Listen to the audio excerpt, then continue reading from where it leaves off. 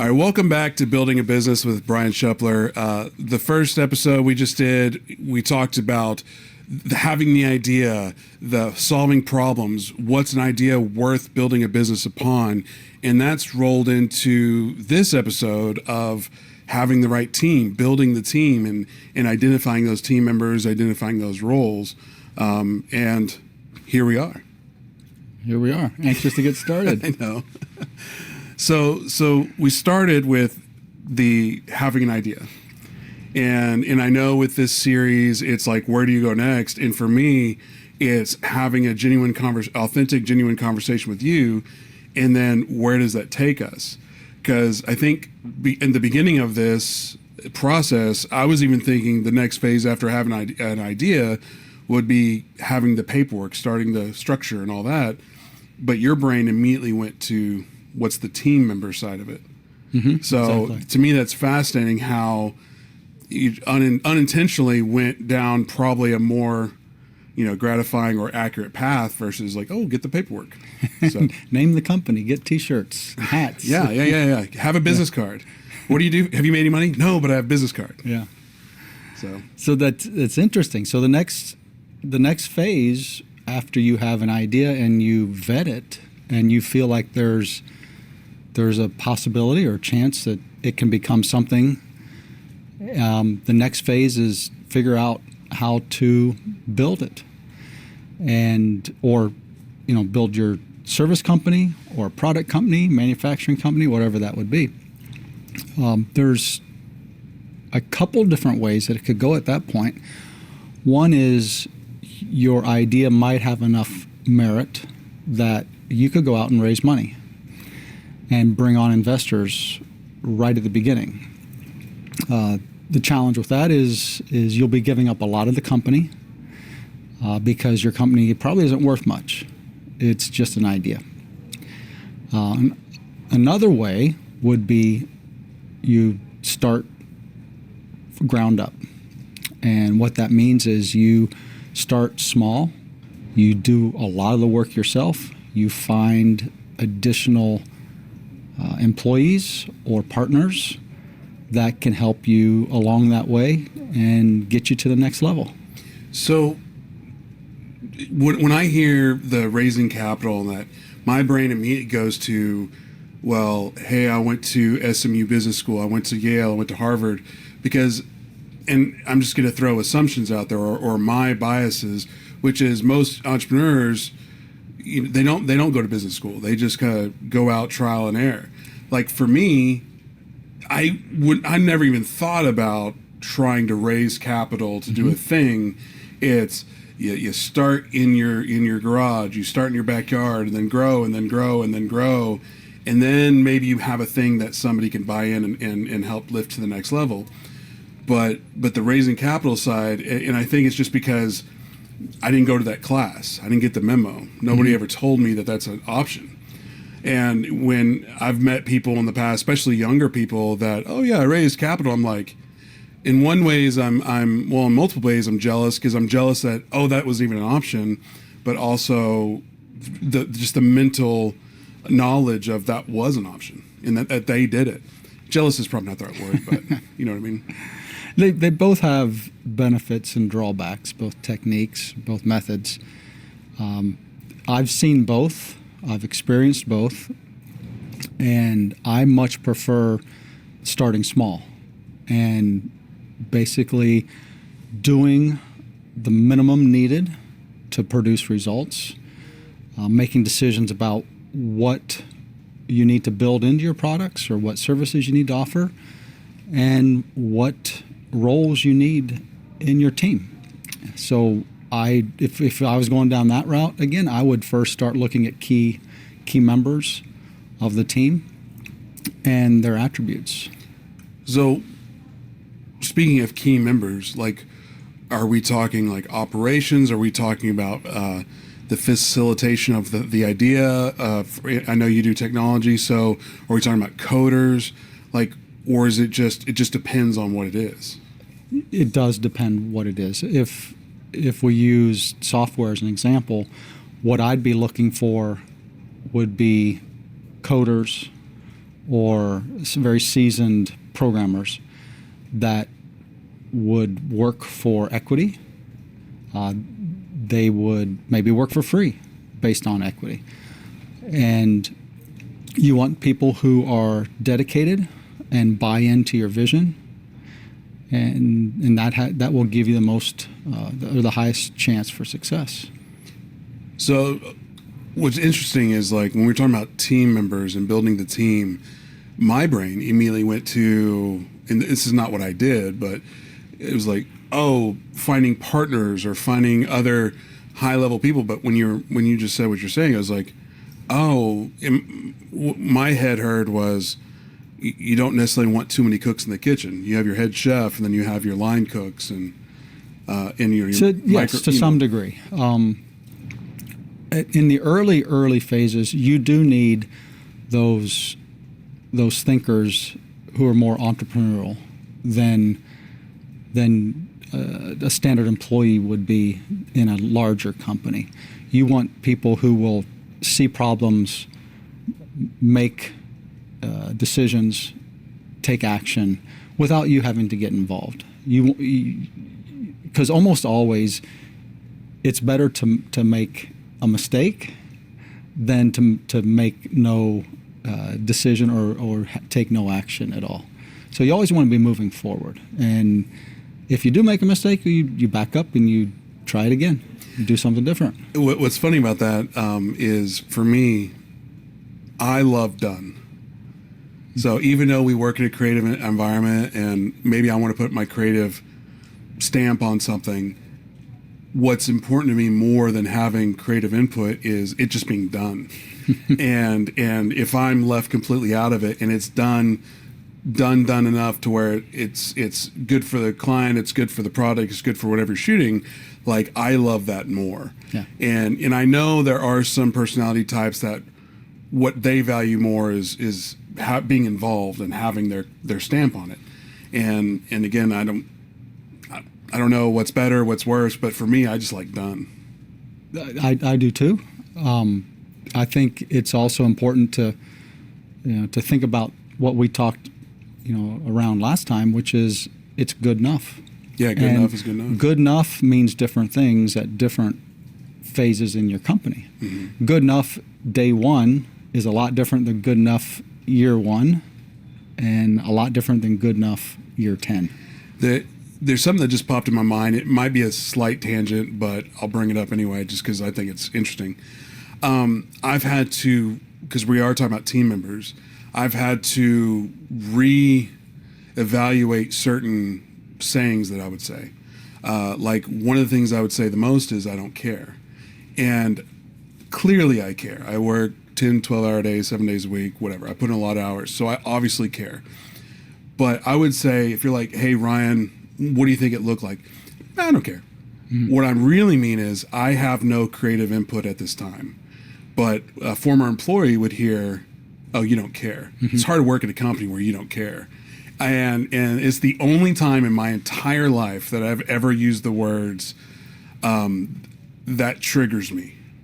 And I wasn't being ironic. I wasn't trying to blow off the top. I was just like, how do I convey anger in a professional manner? And the only way I could think of it is like, that triggers me because I do work a lot and our clients are paying a lot, and et cetera. But clearly, wrong team member, wrong seat, wrong person. But mm-hmm. I don't know why whatever we're talking about that memory up. It's interesting that words make a big difference. Yeah.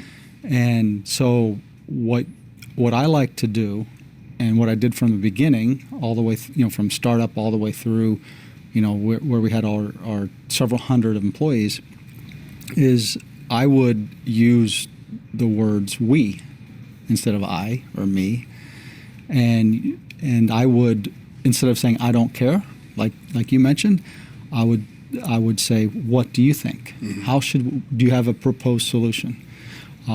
I tried to teach my direct reports that if they came to my office with a problem, they better have a couple solutions ready so that the time needed to make a decision is reduced.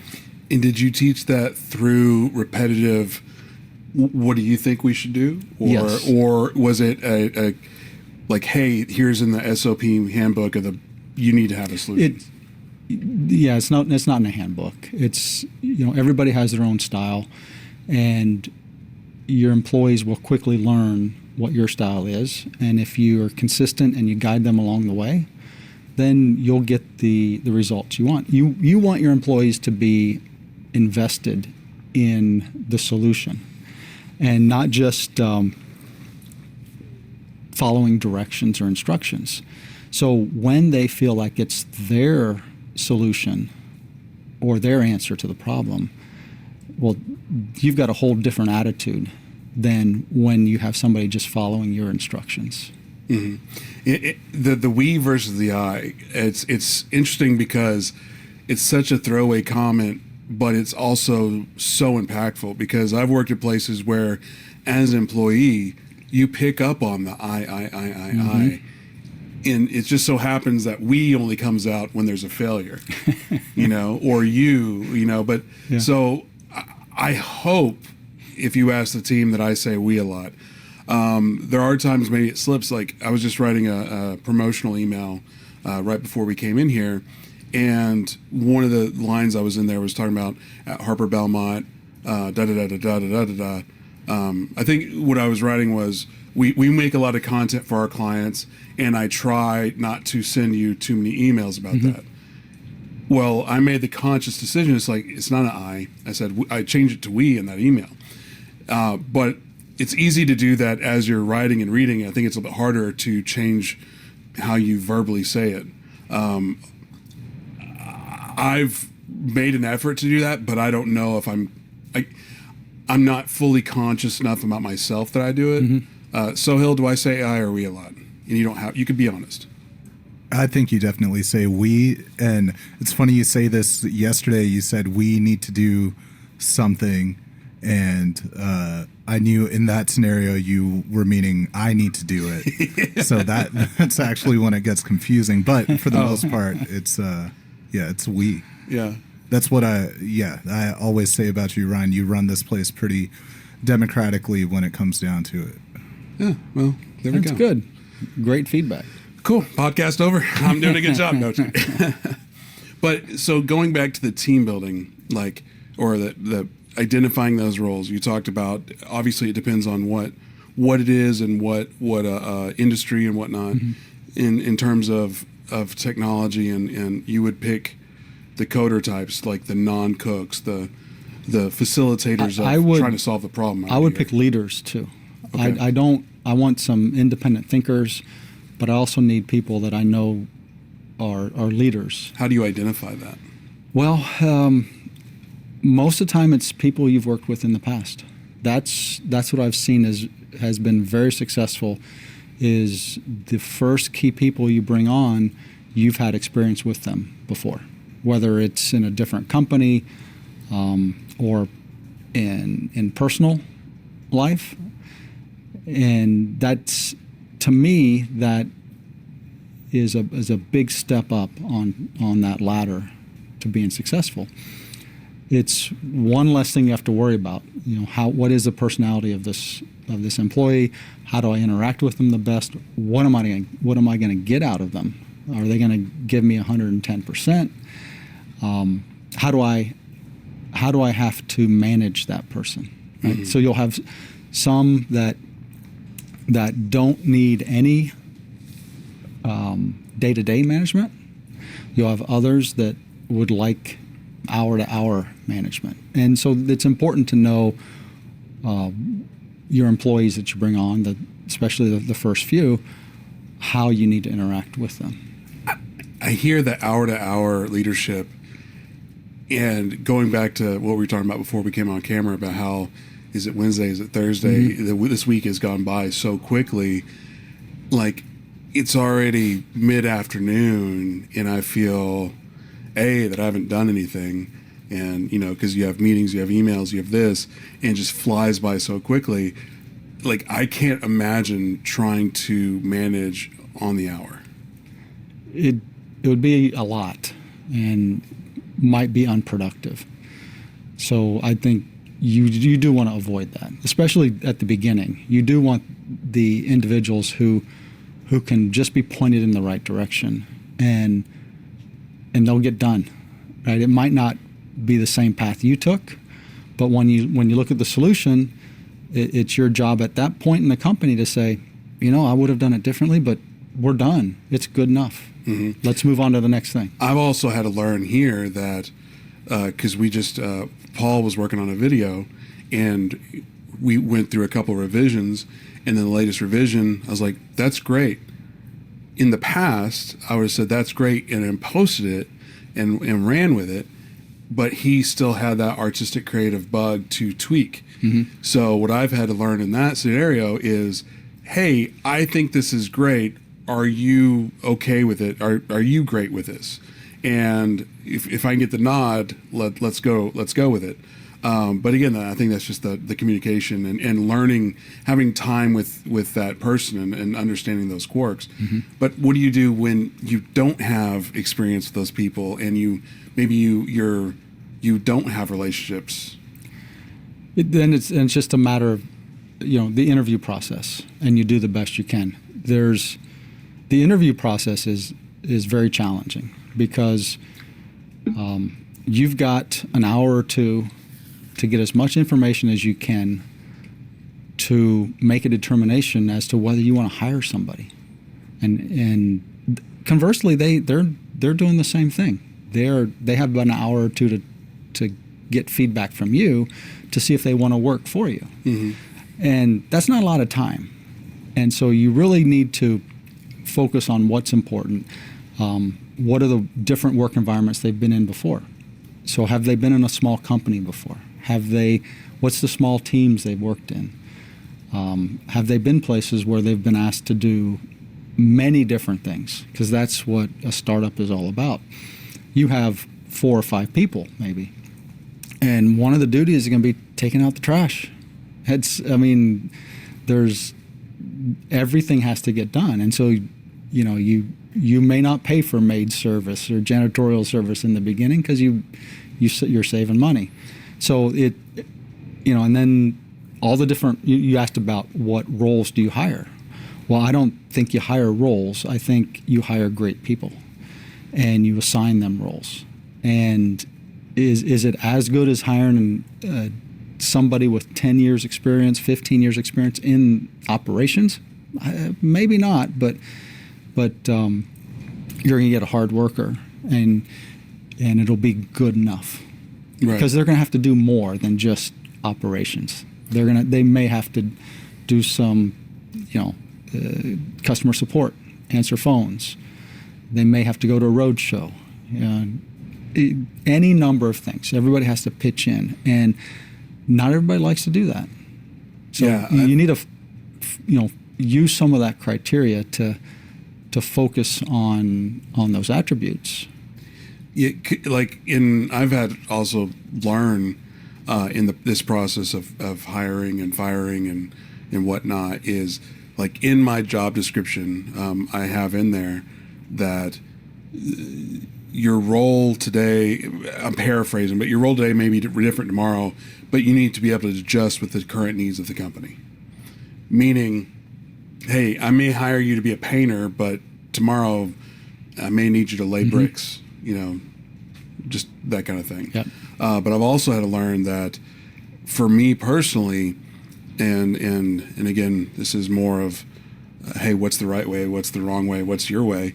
For me personally, what's most important to me is less about experience, but do you actually want to be here, and will you commit and work your face off? Mm-hmm. Because the experiences of what we do here, you can learn on the job. Pretty much any job out there other than maybe a doctor, a lawyer, or a coder, or right, hell, even all those jobs.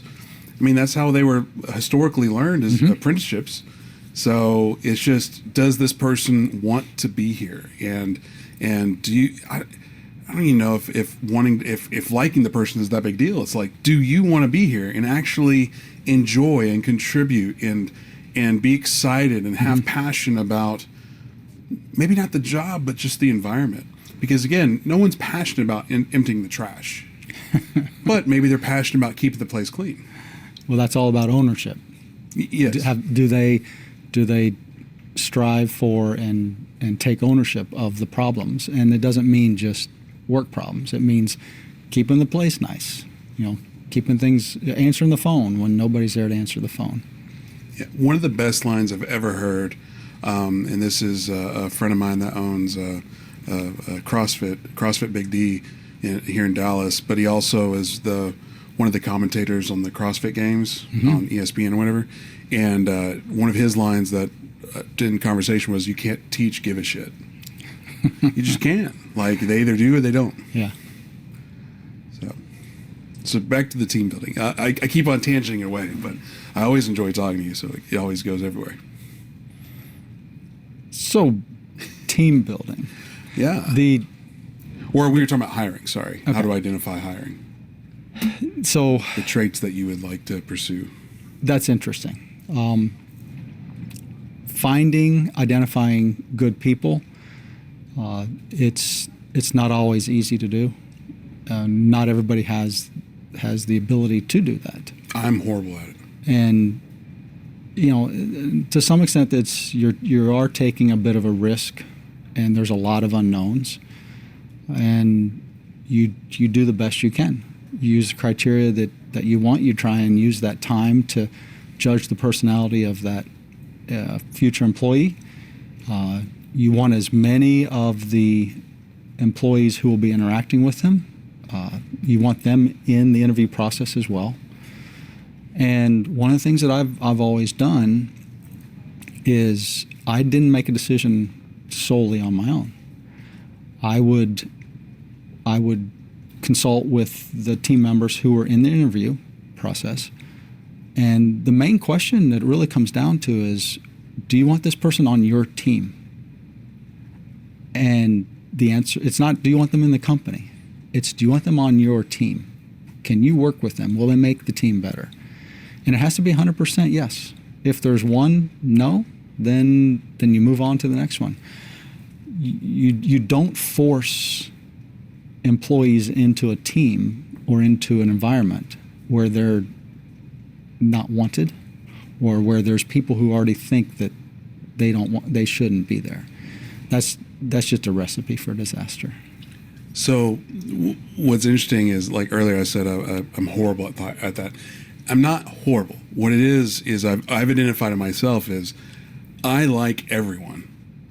Like, anybody that comes in front of me, either on a phone call or an interview, I naturally go to the good part, and I just naturally fall in love with them. I think they're great.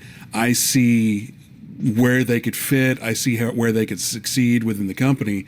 But then this goes back to wanting it for somebody else more than they want it for themselves. But so what I've had to learn to do is, hey, let's get more, like you said, more people involved in the interview process, because if I only see the good, I need other people to kind of see the, well, you know. So I'm learning, you know. Absolutely. But one of the hardest things to do at that startup phase is hiring people who are better than you. You shouldn't be afraid to do that. You need to strive to hire the best people that you can find. You need to be able to put your ego aside and realize that if you're not the best person on the team or the most talented at your job and somebody else is better at it, then it's okay, because that makes the company that much better, or the business that much stronger. Do people avoid people that are better than them? Because I would love to get just, the A's to the A players, and because I'm too self-deprecating that all my friends are like, Ryan, you can't talk about that stuff like that. You need to level up your own self-worth. So there is a lot of egos in small businesses and startups, and there's a lot of thought out there that they have to be the best across. They have to be the smartest. They have to work the most. They have, right across the board. But in actuality, you don't have to be the best at every position. You have to be the best at putting people in those positions where they'll be successful. That's the main job. And if they can do it better than you, that's great. And maybe they can't. Maybe they can do 80% of the job that you do. Well, that's fine too, because then you hire 2 people. And now you have 2 people doing 1.5 times the work that you could do, frees up your time, and you start to build the team and scale the team up that way. See, I've always heard that if you could just find people that are 70-80% of what you can do, that's amazing. But I mean, if you can find people that can do 120% of what you can do, that's even better. That's amazing. This gets to the type of employees or individuals, personalities that you're looking for at various points along the growth of your company. As we said in the beginning, you're looking for those self-starters. They can set their own direction. They don't need to be have their hand held and told what to do. You want them to be very, very much entrepreneurial themselves. As you start to grow the company, you need different skills. You need a little bit finer, honed skills, like programmers, right? Well, in the early days, we needed people who could do a lot of things. Database work, front-end development, back-end work as well, and writing documentation. So we needed a wide range of skills. Well, as we grew the company and got more people, grew the team size, we could hire very focused positions that would be just front-end development or graphics, and that would allow you to build those skill sets, because they will most likely do a better job than you could, because they have more time, because that's what they're doing. They're not focusing on 5 different things. They got 1 or 2 things that they're doing. And I think an extreme example of that would be in the startup phase, to circle back to, hey, once a week, one of you needs to empty the trash.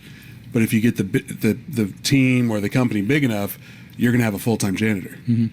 And I know that's that is a perfect example, I guess. But one of the things we took pride in on the early days is, and I don't know if pride's the right word, but we didn't think the presentation of the UI was that important.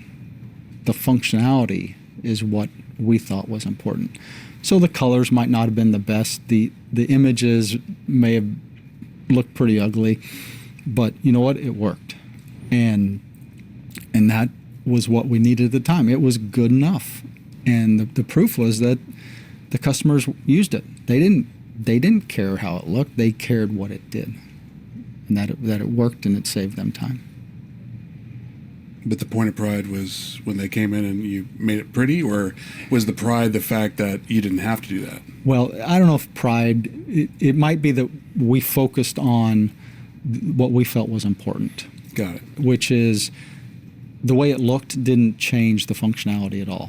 It just finished the product and made it look professional. Did y'all ever go back and maybe put more polish on it? Absolutely, we did. Okay. But there's a time and a place for each of those things.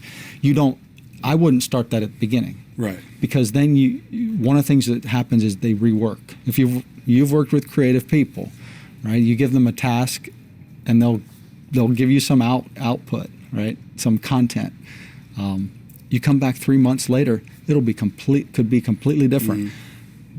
I've seen this with our teams, is that they're constantly wanting to rework the website and the colors and the presentation and the marketing and the images. And there's a time for that, but it's not at the startup.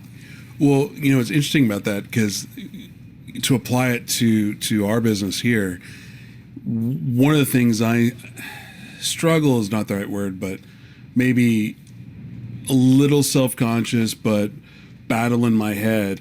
But to build off what you said is, like, I'm so conscious of the back end. meaning the cameras, the behind the camera. Like we have $100,000 in technology over here, and that's not hyperbole. That's, I mean, you can just look at the gear sheet that we did for the insurance. It's a ton of money. But what I fail, again, fail is not the right word.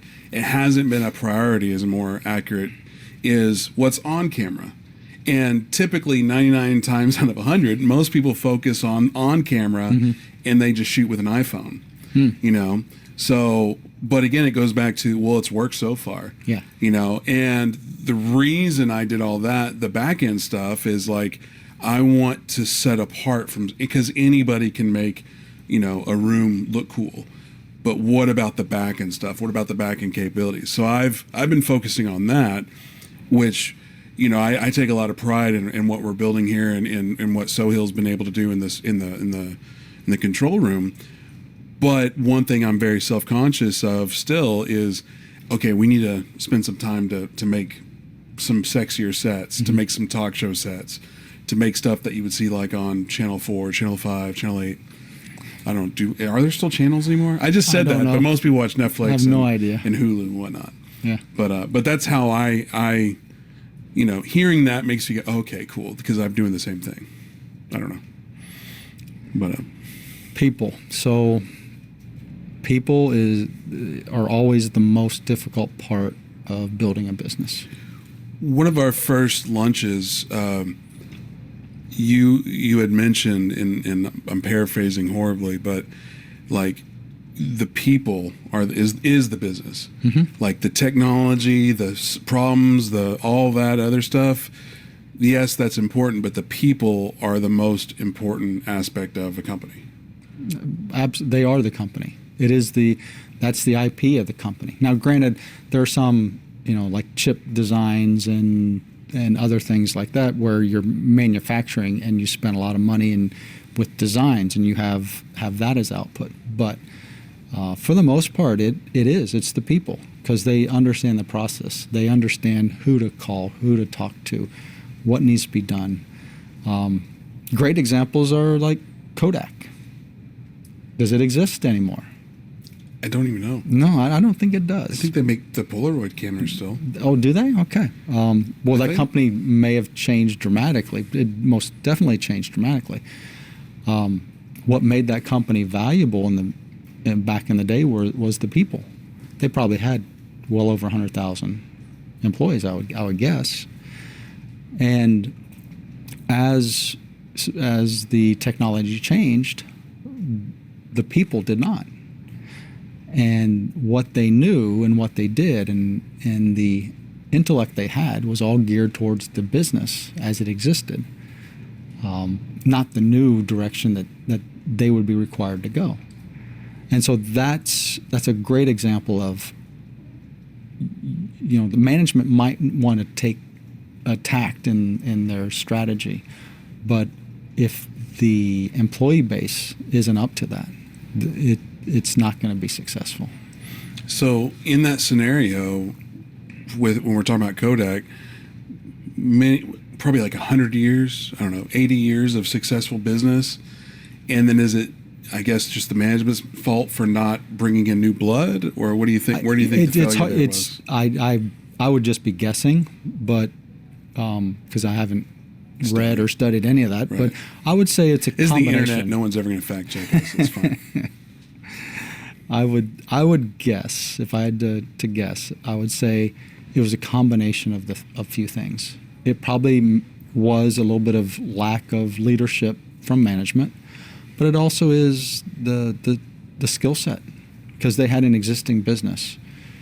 And, you know, how do you still continue with that business and while it's making money, even though it's, you know, less and less each year? Or do you just say, we're stopping, we're going to pivot the entire company, and here's what we're going to do? There's been many examples where that's been successful in the past with large companies. But when you pivot like that, does that also come like whole scale cleaning house, or is it retraining? I think it's a bit of both. Like who's actually able to retrain And if you're not able to retrain, here's your or who wants to be retrained. Here's your exit package or whatever. Yes. You definitely have employees who don't want to put the effort forward to learn new stuff, and that's a bad thing to have if you need to pivot your business. A great example of that at large scale that I've seen was with Microsoft, and this is back in the 90s. And this is when the browser wars came out. And before the browser wars came out, Netscape, Internet Explorer, Mark Andreessen and his team, they took it eventually was called Netscape. They took a public browser and adapted it to run on the PC, and it was successful, and it took over all market share, virtually all market share from Microsoft. And at the time, Gates realized that they needed to do something about this, because they basically, the browser was a platform that could be installed on top of Windows and would basically do the things in the job that Windows was going to do. You could, they could see what the browser would become in the coming years. And so they pivoted the entire company, and they had every team focus on browser technologies for their applications. And that's what all the applications are built on today. Browser, that run on PCs and now on mobile. But it was a huge shift, and they were very successful. They were sued by the government, and why were they sued by the government? They were doing some things that made it difficult for Netscape to compete with them. I remember that. So they made changes in their operating system. Weren't they notorious for doing that all the time? That's what I hear. Yeah. Allegedly. Yes. There are disclaimers up on the screen. You could argue that it was just smart business tactics, right? But yes, if what did Bill Gates buy DOS for? Like $7,000, then sells it for $1 billion. I'm just making up numbers, but it was something ridiculous like that, where he got a big contract from IBM, I think. Yeah, I think it was IBM. He got a big contract, and instead of just doing his own, he just found something, paid them very little in comparison. He was just a kid at that time. Yeah. Like, how do I do that? That's awesome. Crazy. Yeah. Anyway, we kind of diverted there. And it's our thing. We can do whatever we want. Okay, so I got something with people that's really important. How do you get rid of people that aren't working out? Here is what I hate about the firing process. Well, in my experience, what I hate is it kills me. It even if it's somebody I know and I've identified that it's not a good fit, and it's a month ago, and I'm like, well, let's see if it works out. Let's see if it gets better. Yeah. Let's see if it gets better. Let's see if it gets better. It never does. It's like, just trust your gut at the very beginning. But what I've noticed in everybody that I've let go, it's, hey, this isn't working out. I don't think it's a good fit. They're like, okay. Mm-hmm. And the reason it kills me is, like, again, it goes back to that you can't want it more than they want it. If they actually wanted it, they'd be mad. They would be, what the hell, all those things. But because they don't care, and I know I'm projecting, but there's zero fight. There's like, okay. And in my experience, is like, why did I just stress myself out for the last several days, several weeks, several months, and literally losing sleep because I don't want you to not like me or whatever, and here there's seemingly no care. So that is a tough thing to do, is to make that decision, because it's people's lives. It's their livelihood. It's how they're, in some cases, if they have a family, it's how they're supporting their family.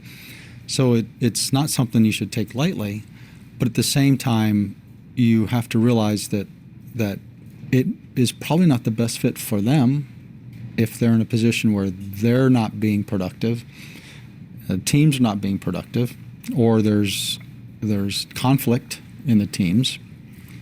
And you have to also look at it from the standpoint of the team members that are doing a good job.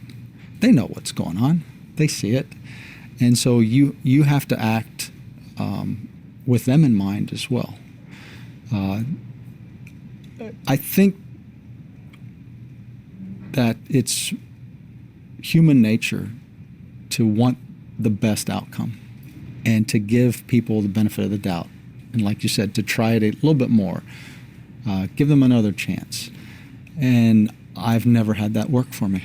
Well, it goes back to... once you identify, the hardest thing is pulling the trigger. And you have to pull the trigger as quickly as possible. Most recently for me, it was the whole fool me once, shame on you. Fool me twice, shame on me. Fool me 27 times. Oh God, I'm in too deep. I don't want to look like an idiot. Well, and then finally you're like, okay, you have to realize yeah. Are you doing this because you're a good person, or you're doing this because you just don't want conflict the fear of that, or what's holding you back? Yeah, and kind of do a little introspection at that point and say, if it's good for my team, I should do this, and I should get the courage up to face the reason why I'm not doing it, and just overcome that. Well, I think most recently for me, and speaking with you, it was the words of, okay, this person, we've identified they're not a good fit, but they're taking away from your other team members. And that's what really struck home for me the most. I was like, he's taking away from the company. Okay, I get it, but it's my company. But taking away from your other team members, emotionally, financially, etc. Okay, that's the line. Yeah. And too bad it wasn't my own personal. Maybe personal needs to be the line, but Sohail, there you go. Right? Things happen for you and Paul and all the other people. Anyway, I hate firing is so painful. So, go ahead. On that note, how do you deal with? Are you crying? No. Okay. Sounded like it. How do you deal with like interpersonal conflict or interior conflict amongst your team? So that's a good question. It is. It's good. This is where you become, or you feel like you're running adult daycare some days, and it makes the job not fun when you have to deal with things like that. But what I found is you need to be upfront and brutally honest, and be, don't drag your feet. So you talking about from a leadership standpoint or just anybody's standpoint? Leadership, yes. Okay. So as a manager of people, you need to be decisive in your decisions. You need to be making decisions, and you need to be clear when you're talking to your employees and evaluating them and trying to correct problems. If you see a problem and yet you do nothing about it and you let it fester, it's your own fault. So you need to identify the problem, figure out what you're going to do, at least have a talk with the employee. There may be some other stuff going on. You just need to sit down and figure it out, and figure out what the path is through this. Identify what you feel like the employee isn't doing properly, or what they need to work on. Help them with that. Maybe they need more training. And devise a plan for that. As long as the employee wants to remain, wants to do a good job, you should do what you can to let them accomplish that. It's easy to not do anything. And what I try and do is, if I do have to let somebody go, the way I look at it is it shouldn't be a surprise to that employee. They should know. I should have worked with them. I should have communicated with them. All the things that I was feeling, all the things that I was seeing, the things I felt like they needed to work on. And if it's a shock to them, that's my problem, because I didn't do enough to help them understand what I felt they needed to fix or correct. And that was something that I've always felt very strongly about, is that's how I would want to be treated. If I wasn't doing a good job, I'd want to know about it so I'd have a chance to correct it, not end up in my boss's office at some point and saying, hey, you're fired because you're not doing a good job. And so I've always been brutally honest with employees. Most of them appreciate it. And does it always work? No. And almost, I can't think of too many cases where it's been successful. And when we started down a corrective course, that everything was great. Most of the time, what we end up with is things get a little bit better, then they fall back to the way they were, or things just never get better. And at that point, that's when you have to make the decision that it's time. It's taken up enough of your time and disrupting the teams or disrupting the business, and you need to move on, because it's not good for the employee either. And recently here, we had a assistant production type person, and there was those feelings of, okay, this is not a good fit, but you want to give them opportunity. Sohail had a heart-to-heart of, hey, these are the things you need to improve on. Really went through that, but that person removed themselves completely. They saw the situation and was like, okay, this isn't a good fit for me, which totally respect. That's fine. You don't want to. I don't want to say live up to standards, because that's not what I'm trying to say. Is you don't want to improve on the things that we need you to improve on to be here. Cool. Like, I've even thought about, is there, because in real estate you have cash for keys. Like, I buy a house, here's some cash, just give me the keys and leave. Yeah. Like, I've thought about implementing, but I don't see anybody in the team, but implementing hey, if you want to quit, I'll pay you $500 to leave. Only because we had a quiet quitting situation a couple months ago where this person basically did nothing for 2 months. This is different from the other situation. Yeah. That was a 8-month quiet quit. But like a 2-month, 22 times, shame on me. Or, oh God, what did I do?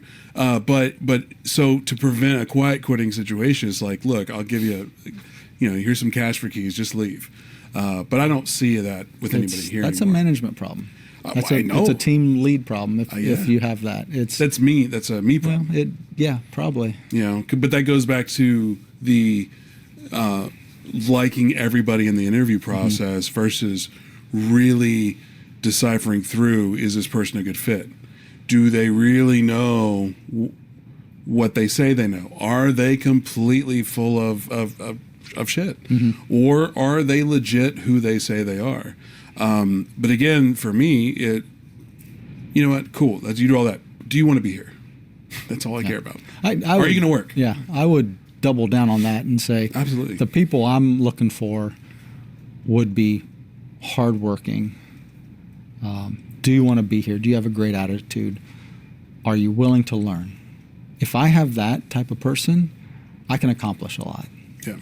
Versus a smart, individual who may not be motivated and just punches a clock, or even does less than punch the clock for their time, right? You can do so much more with people with the right attitude and who are hardworking and want to learn. What are red flags in people, like in that interview process? Like, what are things that you're like, oh, that's a key word that they said, I need to stay away from that person. So it's startup, right? When you're interviewing for startup positions for your first few employees, you're you do need to find people who are going to work a lot. That would be ideal. So you certainly want to ask people about their prior work experience. You don't want to bring in people who came from large companies and now they're going to work for a 4-person company. That would be a red flag. Is that just because you're assuming that if they worked at a large company, they had a lot of those cogs? That's somebody else's job. That's somebody else's job. That's somebody else's job. Type of mindset. That's one of the things, and it's typically that's a 40-hour work week, and the first few positions you hire they're not 40 hours. You're looking for people who are going to put in a lot of time for you. That's is that needed to be successful? No, but it really helps to get more productivity out of your first few team members. As you grow as a company, now you've got a little room to expand, and you can hire these the individuals who are willing to give you 40 hours good hard work, but when they walk out the door, they're gone. They're checked out. Are they checking their emails? Are they responding to customers after hours? Early days, you need those people. You need those people who walk around with their phone when they're out to dinner, and this might sound terrible, but solving business problems at all hours of the day. That's the individuals who will make you successful, make your business successful. So how do you, sort of a situation where maybe it is a somewhat of a startup, and you're not necessarily giving equity, and you're paying okay. I'm very conscious here of, hey, we have a 40-hour work week. We have a thing on Saturday, so take a half day Friday. Mm-hmm. Or, hey, we did a long day on a Friday, take a half day Monday or something. And one of the things here, with everybody that works here at this company, we have our typical 10 to 6 Monday through Friday. That's office hours ish. Mm-hmm. But at the same time, if you need to sleep in and work late, that's fine. You make your own schedule for the most part. But I don't know if there's a question there. It's just more of a, how do you get more out of people? I guess that's the better question. It is. It's really hard. Not that I need more out of my people. My people are great. I think it's one of these things that you can't teach. You just have to find those people who have it in them to work hard and to give 110% and to be willing to spend 10 hours a day if that's what's needed. So on the flip side, I feel like I am one of those people, but I've always been taken advantage of, at least from my perspective, meaning putting it, because I wanted it more than the business owner, and I would come in and work my tail off as a potential business owner, and then that business owner starts talking to me and treating me as a partner, as an owner. So you need to find more people like you. Right, but at the end of the day, when that big, windfall, payoff, waterfall, whatever, the profit, hey, here's your check, it didn't happen. Yeah. And I've got 10 years of experience like that. So what I would suggest for people in that position is don't just take words and promises. Get things in writing. I mean, that's what employment contracts are for. You can document the annual salary. You document the benefits. You document the ownership, the shares, the schedule of shares being granted or options being granted. All that stuff can be worked out in a contract. And yeah, they can still screw you in the end, obviously, but at least you've got something written down. And if it's a 3-year contract, for instance, and you reach the end of year 1 and there's shares in the company and you weren't granted shares or didn't give the options, you need to make a decision. Do you stay or do you go? And if they're going to renege on that first year, you think they'll renege on the second year or third year? And, it goes both ways. If you put a lot of your life into a company, you should be recognized for it. And if there were promises made, you should be, rewarded for that. Right.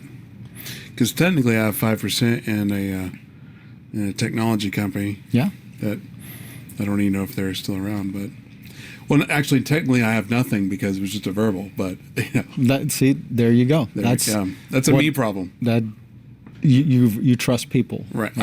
Well, that goes back to the hiring aspect of I see the good, I trust, I do that.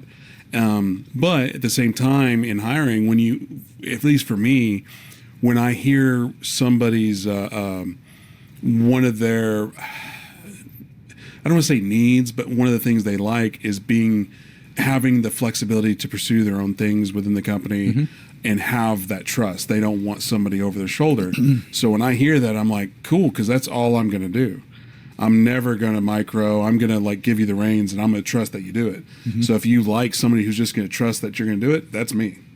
So I don't know where that came from, but I don't sounded know. great. Yeah, that's what we're here for. So as far as corporate, other big examples of hiring and team building, I understand that there's really no set roadmap. There's no set blueprint. But if you were to create a blueprint, what would that look like and I know it depends on what type of company. For a company growing a company or just starting a company? Both. So starting a company, I think what I would do is focus on the first 6 to 12 months, identify what you want to build, and what team you think you need to put in place to get to that end goal. That's what you should hire on. That's what you should, those are the employees you should look for, is who's going to get you there. It's interesting because I think in terms of what's next versus even thinking about a year from now. You should spend time eventually on a corporate roadmap, but there's no sense planning the next 5 years if you have no revenue and you don't have a product yet, and you don't even know if the market is going to support your product. Focus on getting that first step and getting a determination on that answer. Is this viable? Does it make sense to continue? How do we know that? How do we know, the first 6 months to 12 months might cost you $500,000 if you're paying everybody's salary. Well, if you're focusing on the next 2 or 3 years, that could be $5 million. So do you want to take that big leap and go down that path without even knowing if it's going to be something you can generate enough revenue to pay everybody's salaries? So that's what I would do. Is you have these short, incremental steps that you're taking, and again, we're going to say it's good enough. Mm-hmm. And it's good enough for you to make decisions to move forward. You do think about the future, absolutely, and that's part of a business owner's responsibility. But at the same time, the future could also mean not pursuing the product or the service anymore because it's not viable. Well, we talked about your latest company you're putting together. How I think one of the earlier conversations you said that I don't even know what's going to make money. I'm just looking to solve a problem, right. And if I can create a business around it, great. So I've done very much what I've described. I think we've planned for about 2 years, and that's paying good salaries, and that's hiring the people we need to get us to that point, and not any more, not any less. If we can do it for less, we certainly will, but we're not going to grow beyond maybe a 4 or 5 member team. And we're going to ask a lot of our team members. Everybody's going to have more on their plate than they can do. And everybody's going to be asked to do things that they may not have done before. But, in the end, it'll be good enough.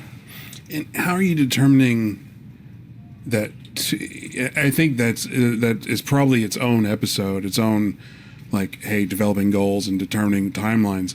But just in a rough idea, how do you determine what you want to get out in 2 years? Is it the goal? Is it just hey, my experience tells me we should be here? Or is it for me here at Hart Belmont with the media company, it's hey, in 2 years time, I want to make a Marvel movie that's a $200 million budget and does over $1 billion in the box office. Could that happen? I mean, maybe, but probably not in 2 years, maybe in 10 to 20 years, yeah. but maybe never. So how do you make those goals that are actual, I guess attainable is the right word. So you have to look at what you're building. You have to look at the features you need. And again, I'm focused very much on software side of things. So some of my words might not apply to different types of businesses. But I think if you just focus on the features that you want to build, how do you know that? Well, hopefully you have expertise in the vertical that you're playing in, or the area that you're trying to solve problems for. If you don't have expertise in it, I don't think you're going to be that successful, because that's a key fundamental piece of solving problems. Is first you need to understand the problem, and you have to have some amount of experience in that particular line. So you know what the problems are, you know how to solve them. If you don't, you need to hire somebody who is an expert or knows a lot about what you're trying to do. And then once you have that, you sit down and you chart out what the next 6 months looks like, what the next 12 months looks like. What features, what product do you want to get out the door? What can you get out the door in 6 months? Or what are the important things to put in a product so that you can start getting usage? So a customer can get some value out of what you're building. And that's where it starts. Hopefully you've got some potential customers in mind. Hopefully your customers are willing to go along the ride with you. And that means they know it's a early stage product, and they're willing to take the rough edges. And they provide feedback. They say, no, it should do this. It should do X, Y, and Z. And then you pivot a little bit. But you need to be nimble. I can honestly say that in 6 to 12 months, we'll be on a little bit different path. It'll be more refined than it is right now. But that's because we've now pulled back the sheets and kind of gotten in and started tinkering with everything, and realized some of our assumptions might have been incorrect, or we didn't spend enough time thinking about the solutions and some of the features that might be needed in a product. And when we put that time in, then we realized we needed to do things differently or in a different order. So for you specifically, because I know 3 to 6 months ago, this was just you were still in the very beginning stages of an idea, and then you went in the team building phase. Have you already identified the roles that you want for the next 2 years, or are you still looking, or where are you at in that process? I think for the next 8 to 12 months, yes. We've identified what we need, and I think it's now a matter of execution. And can we build the product? Can the team that's been assembled build a functioning product that will deliver the features that we're intending to deliver? I think that's the phase we're in right now. So to backtrack a little bit to Sohail's question about, interpersonal conflict. Have you ever seen the show West Wing? Yes. Love that show. I've seen the series at least twice, and I've been watching an episode here and there in the last couple weeks. I might be starting to watch the series yet again. But one thing that I know, it's a scripted show and it's just a show, it's fictional. But at the same time, in that show, everyone always is fighting, but they love each other deeply. Is that ever really happen? Or, because to me, I'm so worried about conflict that I don't know if I could have, like, I fantasize about having the ability to be able to do that. Like, hey, Sohail, da da da da da da da. Hey, you want to go dinner? Like, I love the concept of being able to do that. I don't know if I personally could ever do that. So a couple of things. One is you have to have the right employees to be able to do that. A lot of employees don't like conflict. A lot of employees don't even like combative arguments, even if they're just about work and not personal. And it's, if you don't have employees who can separate out a personal attack from a discussion, a heated discussion about an implementation or a product design or content, that's going to be a challenge if you take that approach. And you have to have people who can turn that on and off and understand that voices get raised, and it's not, you don't have to be the loudest voice to have the best ideas or answers, but you also have to be able to let it roll off your back. And sometimes that's difficult, because while I haven't been in content creation, I would argue that programming is very, very much creation as well, and it's a personal thing, right? It's a reflection of your abilities, your thought process, your creativity, and in some cases your intellect. And so naturally, when somebody is, attacking, if you will, your design or your product, it's hard not to be defensive. And so yeah, I don't think that's, combativeness is not good. Active discussion is absolutely good. Advocating other points of view is great, but you can't try and drag people through the mud and the muck and make them feel bad. You need to make sure that it is a constructive exchange of ideas and thoughts and solutions. Mm-hmm. And have the ability to, when it's done and the decision's made, everybody's in line and moving ahead. And that goes back to just making sure that you hire the right people. Right.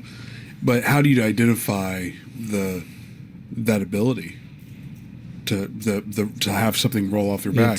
Is there an interview question that says, "Hey"? No, it's all about experience and interactions with those employees. There are some employees I've hired that when I'm on one-on-one in my office, I could yell at them, I could cuss at them, and I knew I it wouldn't see bother you them. ever doing that.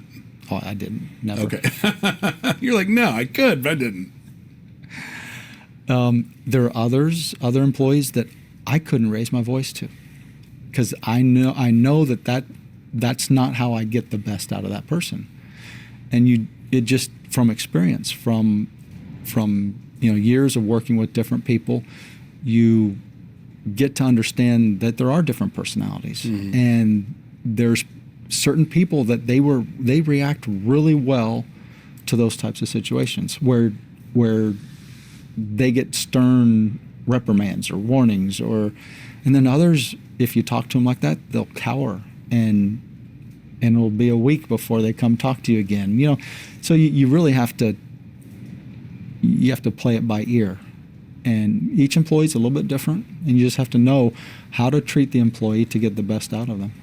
One thing from my personal is I've had to work on and like just acknowledge is I'm in a weird way through my experiences of previous employments. Like anytime I see a client or you or whoever call, I immediately think I'm in trouble. I don't know why. And I know that maybe it's a therapy question versus an on-camera question. But like, and it'd be like, hey, just checking in on you, everything. I'm like, whew. And that probably happens at least twice a day. Yeah. Where maybe more like twice a week. But it's just like, I'm like, because it's like, and I don't know what I did in my previous lives that it's not like my parents are disappointed in me or anything like that. They love me and I love them. But it's in a lot of ways like, where's the therapy on that? I don't know. But I guess I think that's natural because, especially if you're in an environment that is really, really busy, because you're always solving problems, and problems you're necessarily talking to somebody about them and saying you're telling them what they're doing wrong, or you're telling them how to correct, how to change, because that's what you have time for, and it's something that a lot of people don't take the time to go out and praise because there's so many problems they're trying to solve. So maybe it's, after hearing that, maybe I'm not necessarily scared of conflict or scared of a phone call, and maybe I'm just tired and don't want a potential another problem that I have to solve. Probably. You know, you're pushing it under the rug. Yeah. Mentally, at least. So circling back to getting the most out of your people, like, I understand every employee is different, every person is different. You have to understand each individual's motivations. But are there blanket strategies to get the most out of people? Well, blanket strategies would be a sense of team. I think if you can build a sense of team where everyone is pulling towards the same goals, and everyone can share in the successes and share in the failures, and everybody, goes that extra mile, that goes a long way. Can you give an example?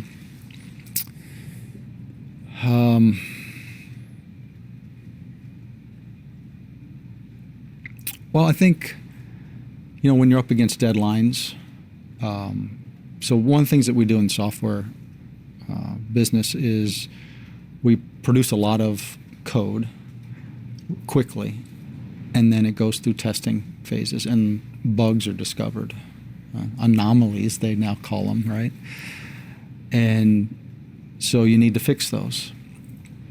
And a lot of times there's not enough, time given in the schedule to correct all the bugs. And so one of the ways that teams work together and form that, they kind of bond a little bit, is they become responsible for the entire team's defects, not just things that they worked on. And so there may, in the morning you could have a stand-up meeting, and there might be 20 issues that need to be corrected, and one person has one assigned to them and somebody else has 10, and so they'd step up and say, hey, I can take on some of yours. How about I take on this one, this one, this one? And, they share in the responsibility that way. And now it becomes, the team succeeding or failing versus just individuals. And everybody's pulling together. Everybody wants, to succeed. Everybody wants the individuals to have success as well. Do you think, because I've been in previous companies where like, hey, let's do a team outing to an escape room. Do you think that holds merit, or do you think that's a waste of time, waste of money? I think what's trying to be accomplished there is connecting with people on more of a personal level. Right.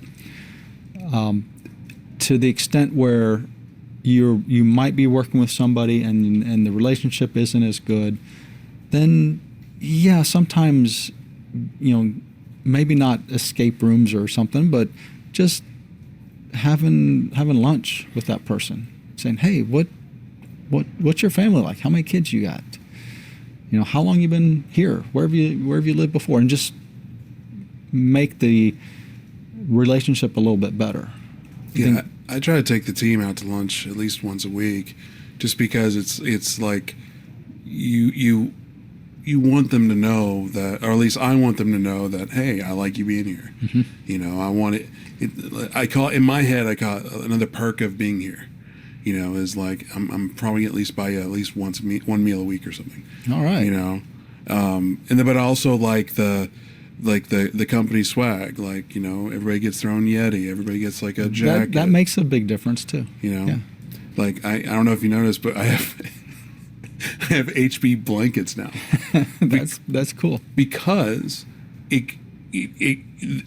because it gets so hot up here, you have to have the ACs full blast on, and when they're full blast on, you also have the opportunity to be extremely cold. So like, I'm never going to use those blankets, but I know maybe Margot will, because she's the one that's always freezing. Hey, I got you a blanket. That's cool. You know, it's for the office, but you know, and hopefully that's acknowledged as more than, oh, you're taking care of me, versus you just like to put HB on everything, which is also true. A little both. Yeah. You know, because if I go to Nike, I'm sure Nike is everywhere. So, you know, it's company branding. But yeah, because in my mind, it goes a long way, because in any other place I've worked, I don't think I've ever had like swag or yeah, like I maybe had a shirt, but even the last place I worked, I made my own shirt, you know. So it's like, you know, and now that I'm thinking about it, it's like, yeah, maybe there was pins or something, but like I've done so many events nowadays that like I don't want to buy anything. I only want to buy stuff that people are going to keep, you know, because to me, if I go spend $1,000 or $500 on a ton of pins, those pins, maybe 1 in 3 pins gets kept, and maybe it's only kept for a week. So to me, that's a waste of money. But if I go out and buy, spend $90 on a nice North Face jacket, I think that's a great investment. Or like a Yeti, because nobody's going to throw away a Yeti. Yeah. You know, so like for me, it's worth, and I know we're going differently, but if like, you know, most people may not have Yetis ever, and it's like, hey, I work at this company, and they care about me, and they bought me a Yeti. This one has my name on it. Oh, that's even better. I mean, I don't know. Sohail, because you're the only one listening, it's because I care. Thank you. Yeah, and you forgot the best swag. Well, it's kind of a tool because I work in a studio, but the Civivi knife. The what? The knife. Oh yeah. What's this? So like, you know, I forget, this is not branded, so I don't think about it. It's one of these things where like my grandfather always had a pocket knife, and it was one of those like where, hey, Poppy, you have a great. He's like, am I wearing pants? You know, so we work in this world where you're always opening up boxes, you're always cutting tape, you're always cutting something. So it's like if you're here, I buy you a pocket knife. You know, and it's just a, you know, $50 pocket knife, you know, whatever. But use it like twice a day. So, minimum. but the thing is though, you know, Margot has her in her purse. It's not like she wears it. Paul probably lost it the first day he got it, but and then Naomi, I asked her, hey, what's your favorite color yesterday? Purple. She's not watching, but you know, I got her. I went and ordered her a pocket knife. Purple pocket knife. Nice. That way, you know, because it's again, I totally forgot about that, Sohail. But yeah, that's kind of like that team culture, that team bonding of everyone has had the same experience, which is like, why are you buying me a pocket knife? But you know, but that in my mind has kind of links me back to me and my relationship with my grandfather. You know, in a weird. Thank you, Sohail. That's very sweet to bring that up. I have if y'all are down to switch real quick back to teams, I have some that might be interesting considering, you know, post-COVID employment and just working with teams. Do you guys have any thoughts on working with remote or virtual teams, working remotely, how the nuances of that versus in person, which we've all been used to for our whole lives? Yes. So I'm old school. I like to have everybody in the office.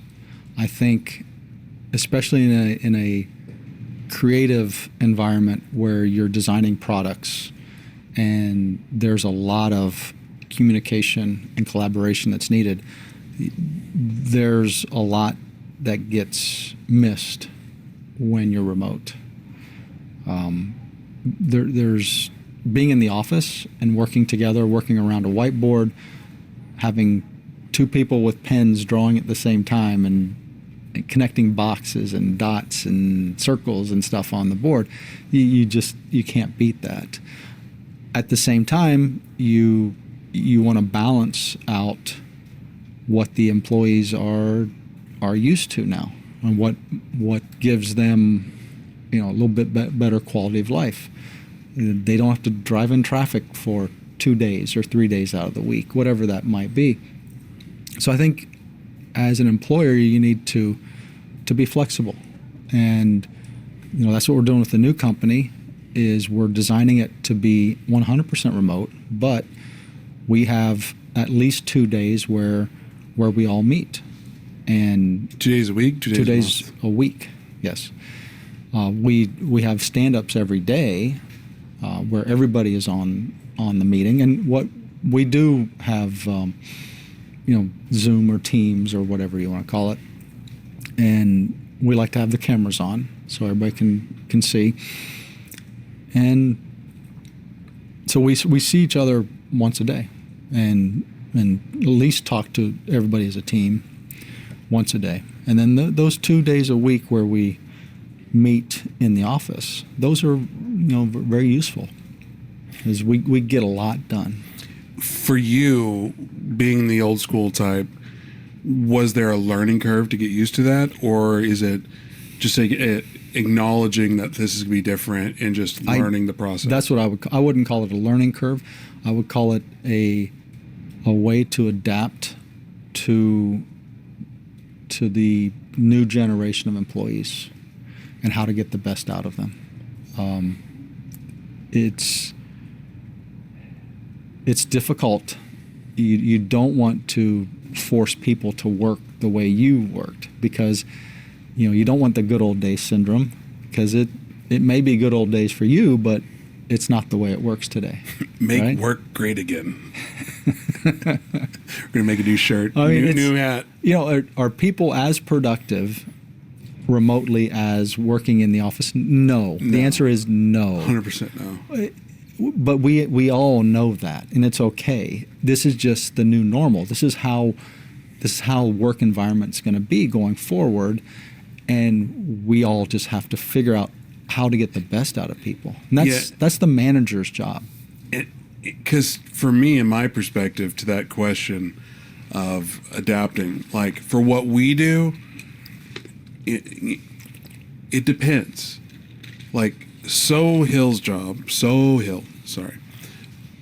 95% of the stuff he does, he needs to be here. But like next week, he's got some other things happening at home. So, 20% of his job is going to be here, and most of the time he's going to be at home, working at home. Mm-hmm. And I don't have a issue with that, or I trust him to be able to have that internal barometer of working. And then Paul, like he prefers to edit at home. So if he's got a big project, hey, stay at home because there's no distractions. Nobody wants to talk to him. He's just drill down.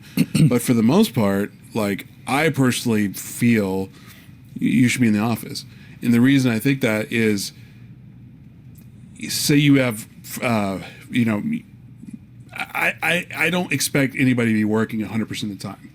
If I can get 80% of your work week working, I think that's a success. My fear, and this is just a fear because I don't have the experience, is if you do go remote, that 80% now becomes 40%. Mm. And again, it goes back to what you just said about being able to adapt and develop those management skills and leadership skills to be able to get the most out of your people. You need to have a way to measure the output. I think that's an important thing. There also, you have to keep in mind that the tools and technologies have changed a lot.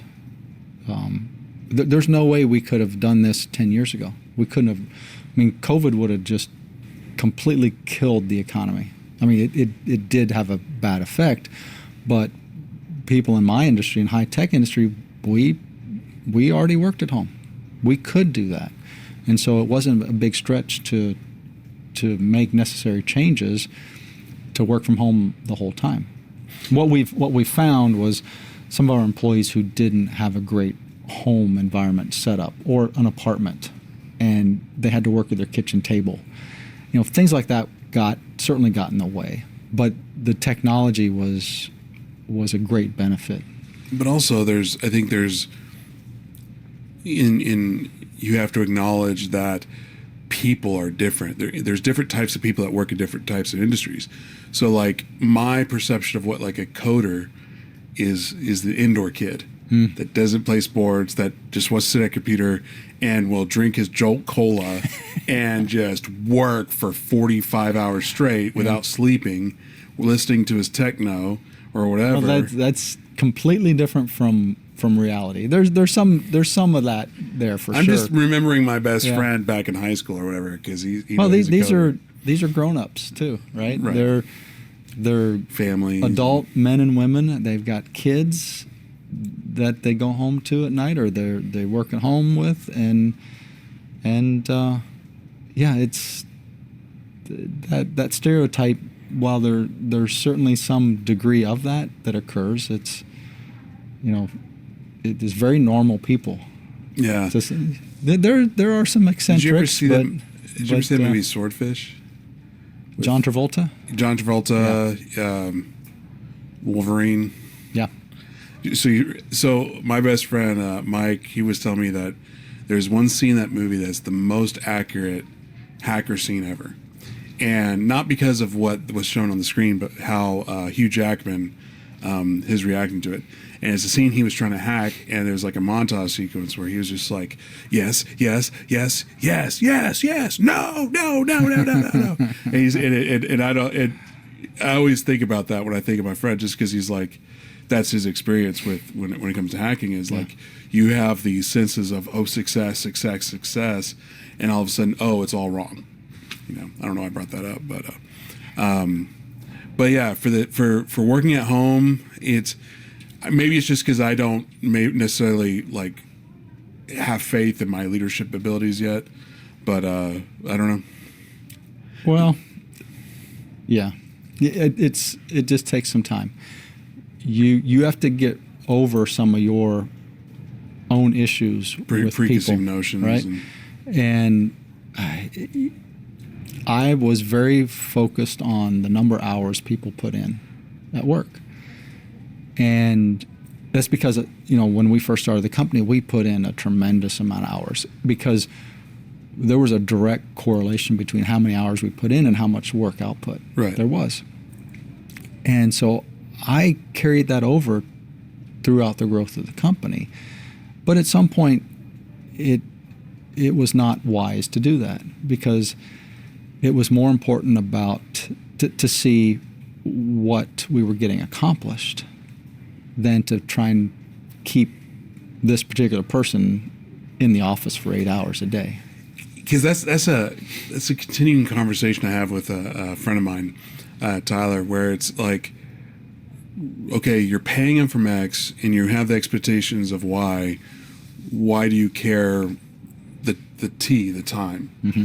And it's like, well, in my mind as a business owner, if I'm paying you for a full-time gig and you exceed my expectations of what you could do, well, then we need to build upon those expectations. Mm-hmm. Right. And you should be doing more. Because I know a guy who has 2 full-time jobs that neither job knows that he has the other job. Oh boy. And he only does about a day a week on each job.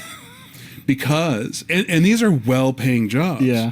These are both are 6-figure jobs each. Wow. And neither one knows that he's not doing 40 hours. They just assume he is because the project he gives to him is what they expected. Yeah. I know that's a larger argument, larger discussion for another day, but for me, it's like, if I was your employer, I don't know how to act to that, because it's like, on one hand, I'm getting exactly what I expect from you, but the other hand is like, if you're able to do this, why aren't we doing more? Mm-hmm. You know? This goes back to hiring the right people, right? That's really what this comes down to, is you want the people that you hire to finish that job, that task, and then continue to do more. Right. That's what you're looking for. Versus well, you paid me for this, you got this. Yeah. We did a situation the other day where somebody's like, well, it was a contractor, is like, well, if Ryan wants me to do this, he can. That's not what he hired me for. He can come back and do it himself, and we will not be hiring him ever again. Yeah. Yeah. Because it's just like, really, I'm not even in here. Like, just do it. Like, do the thing that we need to be done. But right people, right seats, right time. I don't know. I think It's always the people. People. It's people. Yep. I think it was one of the biggest lessons again that you said is the people. Build the people and everything else will come. Or The team build. You hire the right people, and they'll go to the ends of the earth for you, and they'll come along on the next journey as well. And so I think that is what is one of the most gratifying things that we had happen during our company building process was that we rarely lost people, because we felt like we hired them properly, and we provided a challenging, rewarding environment to work in. And that's what most people want. They want to make a difference. They want to feel like they're doing a good job.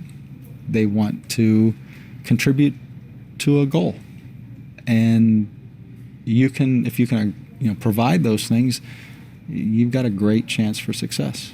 So I lately have been looking at employment like dating, in the sense that it is very much a relationship and it is very much a communication. I don't know why I brought that up. I think I had a point, but I lost it. Sohail, do you have any other questions on team building? No. What are we talking about next week? That's what I was going to get to. So so we started with the idea, the process of solving problems or coming up with an idea that needs a problem to be solved, then getting the right people, the team members around you. What would be next in the process of building a business? Well, I guess execution would be one. Mm-hmm. The different phases of a business. So I can think of 3 phases that we went through. We can start there, and maybe we'll have some better ideas. Yeah. Throughout the week. Well, because one of the ideas that I thought of while we're sitting here, I just don't know where it fits in this timeline, is goal setting. Like, and we briefly touched on it, but like how to develop attainable goals and how to enact those goals and et cetera. So that's interesting you say that. I think goals should be unattainable.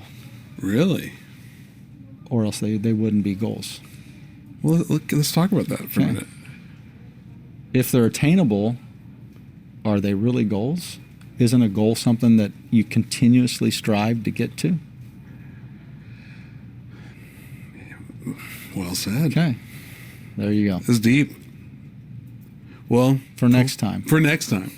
Well, as always, I enjoy these. So, hopefully y'all enjoy these too, and we'll see you next time. That's such a good closeout. You're like, hey, we know what we're doing here. Well, cool. Well, thanks again, sir. All right. Hey, is this level? I think the framing. There we are. Hey, if you like that video, check out more. We got some over here, some over there. Check the description. Make sure you like, subscribe, and we'll see you next time.